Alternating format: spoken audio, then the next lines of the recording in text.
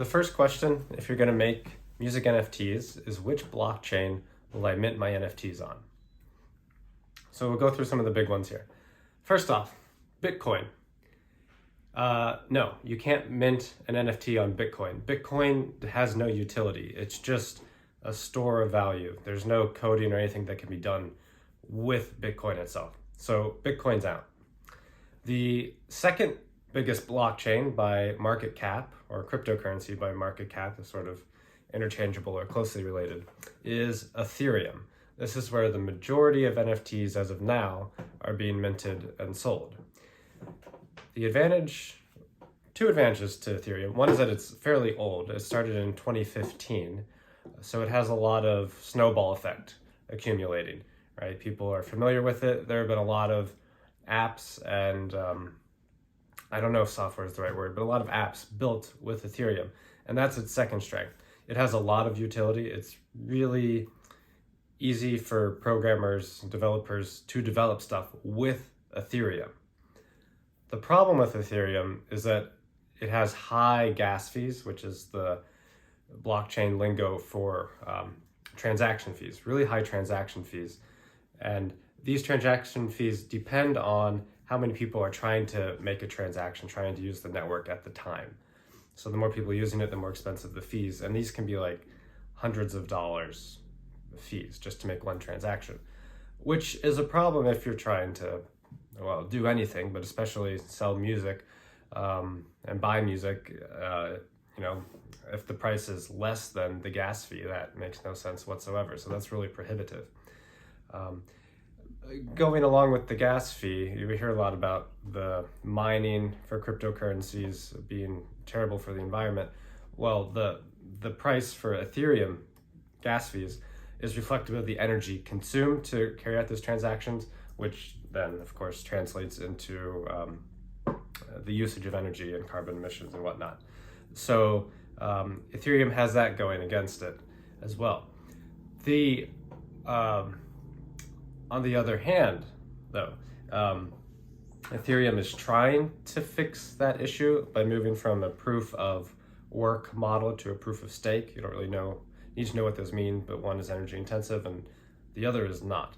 They're trying to find a way to switch over their blockchain to a proof of stake model. We'll see if that works. But even if they don't, Ethereum is so useful for programming and developing off of it that there are layer 2 blockchains built on Ethereum that are completely unique blockchains which actually have low to negligible transaction fees. Polygon being the most famous example. And so if there aren't already, there probably will be some music NFTs minted on Polygon, and we'll see what comes out of that. So Ethereum, high transaction fees, but there might be some layer 2 options that take care of that issue. Okay, so then we'll move on to Solana, and this is where things get interesting. Solana's strength as a blockchain is that it has really fast transaction fees, much faster than Ethereum, orders of magnitude faster, and very inexpensive for any of those transactions, a fraction of a cent. So that's great. The speed isn't important for buying and selling music, but it does make a big difference for talking about gaming or financial transactions. So in terms of a metaverse being created and all the attendant,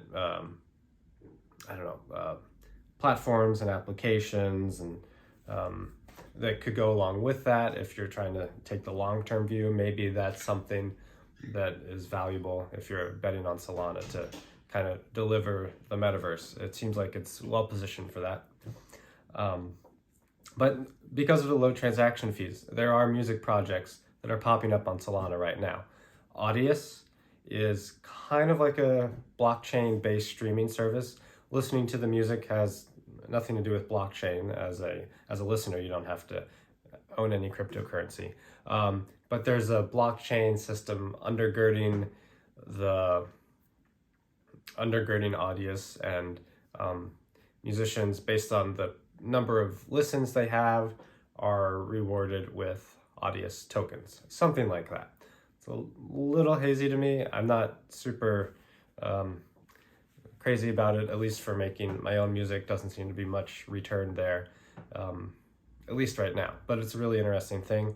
There's Royal and Solo Music. These are two other music platforms which have popped up. Royal is something where you sell shares and the royalties. So somebody buys an NFT supporting your project, you get the money right up front to make your recording, but that NFT also represents a portion of shares and the royalties.